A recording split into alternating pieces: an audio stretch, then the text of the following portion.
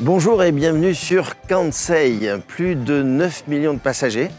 C'est pas une mince affaire pour Bruno, qui est le directeur marketing de l'aéroport de Toulouse-Blagnac. On va découvrir aujourd'hui un parcours insolite, celui du passager qui doit faire en sorte de prendre du plaisir jusqu'à son vol. Un petit stress existe, effectivement. Et donc l'enjeu était important et nous allons découvrir la rénovation, on va dire le reparcours du passager à l'aéroport Toulouse-Blagnac. Bonne découverte.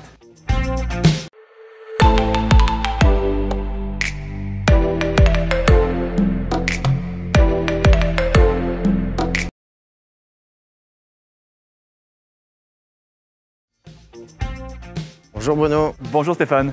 Merci pour ton accueil. Bienvenue à l'aéroport. Oui, c'est ce que j'étais en train de dire en fait. On est à plus de 9, je crois, tu me disais, plus de 9 millions et demi de passagers. On a fini l'année dernière à 9,6 millions de passagers. Et effectivement, une belle performance. Troisième aéroport régional en France, après Nice et Lyon. Donc l'aéroport grandit, l'aéroport s'internationalise.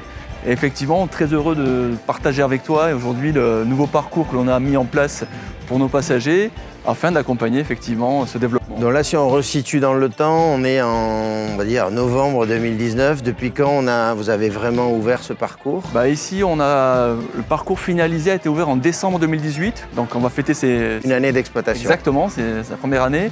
Et une ambition forte de l'aéroport de dire que nous avons un aéroport qui devait s'agrandir pour pouvoir accueillir plus de passagers parce que aujourd'hui nos concitoyens toulousains et Midi-Pyrénées-Occitanie veulent voyager plus. L'offre de transport grandit en Occitanie avec des offres low cost plus denses. Et donc l'aéroport devait s'ajuster, s'adapter pour pouvoir accueillir à la fois les passagers et les compagnies. D'où ce nouvel ensemble effectivement créé il y a à peu près un an. D'accord, donc là les enjeux c'était de se dire dans ce hall on va créer un parcours qui permet aux gens de, c'est quoi, diminuer le stress, augmenter le plaisir. On parle comment dans un aéroport en fait? On parle d'expérience, d'expérience client. Et effectivement, le leitmotiv qu'on a eu à l'aéroport était de se dire on a aujourd'hui besoin de revenir à des niveaux d'un standard d'un aéroport régional international. Et aujourd'hui, on savait qu'on était en déficit d'offres de restauration, d'offres de services, d'offres de boutiques. Pourquoi? Parce que tous nos passagers nous disaient aujourd'hui à Toulouse c'est bien, c'est efficace, mais ça manque un petit peu de chaleur, d'expérientiel et de mise en perspective d'un bon moment. Donc comment faire un lieu de vie? Et donc on a travaillé sur un leitmotiv fort dans ce que l'on a mis en place, c'est comment créer un audacieux contraste toulousain entre life tech et art de vivre. Life tech. Life tech, l'aéronautique, le spatial, c'est Toulouse, c'est son ADN. C'est ce que nous disent nos passagers. Avant tout, ici, on est dans le pays d'Airbus, de l'aéronautique, du spatial. Donc ouais, l'ambition de l'aéroport Toulouse, c'est de créer un nouveau parcours fait de fast and slow. Le fast, c'est les contrôles sûreté, il faut que ça aille vite, il faut que ce soit efficace.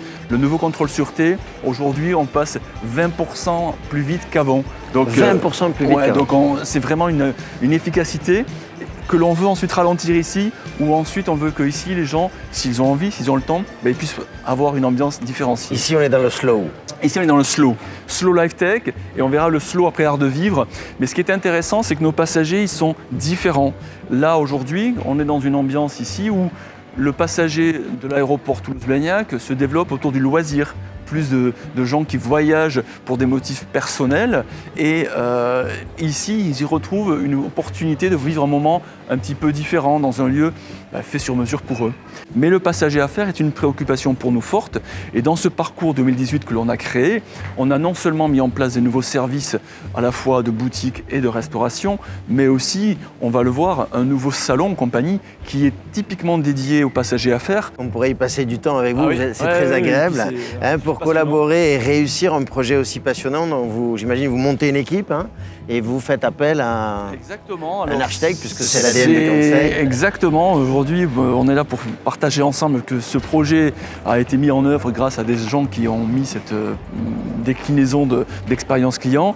Et effectivement, nous sommes ici avec Ardam pour pouvoir partager ceci, à la fois dans un lieu symbolique qui est le salon La Croix du Sud, symbolique parce que la Croix du Sud c'est les origines de l'aéronautique et parce qu'on a fait quelque chose chose de très différenciant en octobre 2018, un petit peu en décalage, sur une nouvelle partie dans laquelle on a l'opportunité aujourd'hui de présenter et qui va venir chercher effectivement des marqueurs forts de ce que l'on peut faire à la toulousaine sur cet espace plutôt dédié aux hommes d'affaires. On va voir tout de suite ce qu'il en est. L'intérêt d'y aller. L'intérêt d'y aller, exactement. Et puis Fabien va nous expliquer comment il a bossé sur ce beau sujet parce qu'à un moment donné, une intention, ça se traduit grâce à un archi et l'archi, effectivement, c'est Fabien donc. Salut Fabien, merci de nous accueillir. Merci Bruno, à très bientôt. Merci Stéphane, à très bientôt, merci. Bravo, bravo. On y va donc du coup? Allez.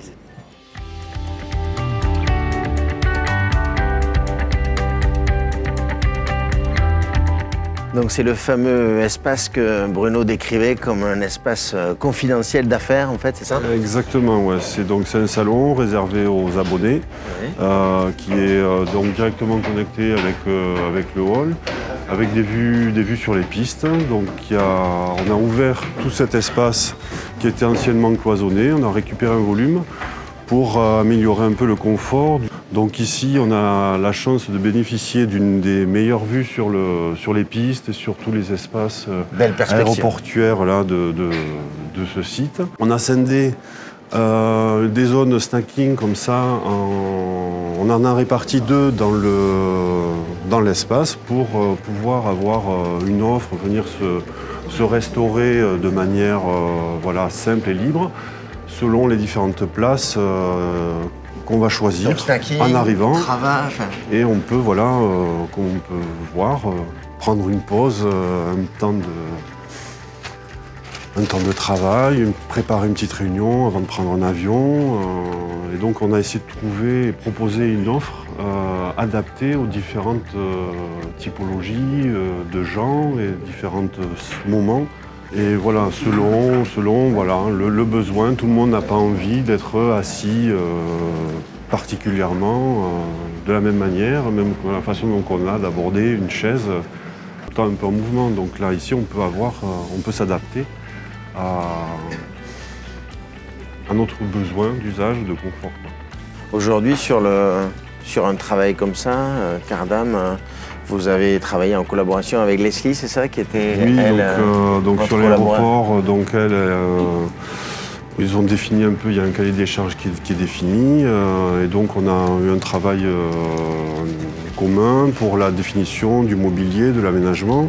Donc les demandes à la base, c'était d'avoir, comme je dis au début, une offre un peu, pas forcément trop élitiste, on essaie de donner quelque chose finalement assez accessible, entre guillemets. Ouais. C'est pas forcément un salon VIP++, mais dans lequel on essaie de faire en sorte que les gens se sentent bien. D'autres projets dans les cartons, j'imagine. Donc j'espère qu'on les découvrira ensemble en 2020. Oui, là il y a un projet en cours sur justement la continuité de cet espace-là, qui est le réaménagement du rez-de-chaussée. Donc là on est en train de finaliser un peu l'offre, on collabore et on essaie de trouver voilà, la juste équilibre entre leurs attentes et nous, notre façon de répondre avec les contraintes qui sont impliquées dans ce genre de lieu. Bonne continuation.